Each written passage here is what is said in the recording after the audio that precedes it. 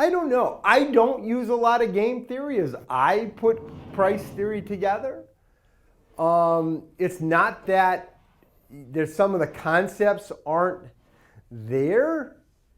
I would say the biggest difference between game theory and price theory, they both are based on optimizing agents.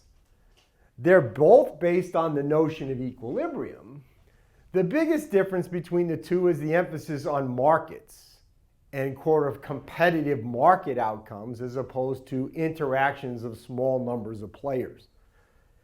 And I think we tend to get a lot of mileage in price theory from looking at things from a market perspective, because it emphasizes to us that even if I'm focusing only on a transaction between two individuals, that transaction is typically influenced by a much broader set of actors than just those two individuals.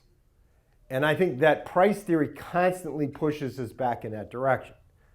A second major difference is price theory is typically interested in explaining outcomes at a more macro scale than each individual. We use the theory of individuals and we use the theory of individual behavior and individual firm behavior, but typically we're more interested in explaining kind of a more aggregated form of outcomes. But that doesn't mean you can ignore the individual, because when we think about that demand curve, we're going to think about that demand curve as having lots of its characteristics inherited from the people who comprise that market demand curve.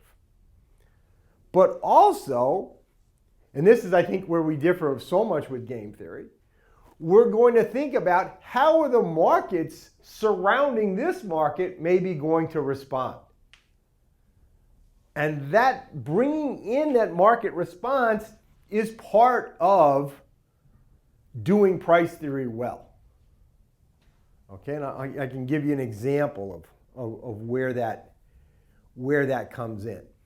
Okay, that is the idea that doing price theory well requires you to start thinking not just about this market, but maybe about some other related markets. You might say, well, geez, isn't general equilibrium theory like the extreme version, therefore, of price theory? Because it's going to think about all the markets simultaneously. And I think the answer is that from a price theory perspective has gone too far in the direction of allowing for other things to come in. Price theory always tries to find that happy medium between not thinking about too many variables, but bringing enough in to answer the core questions at hand.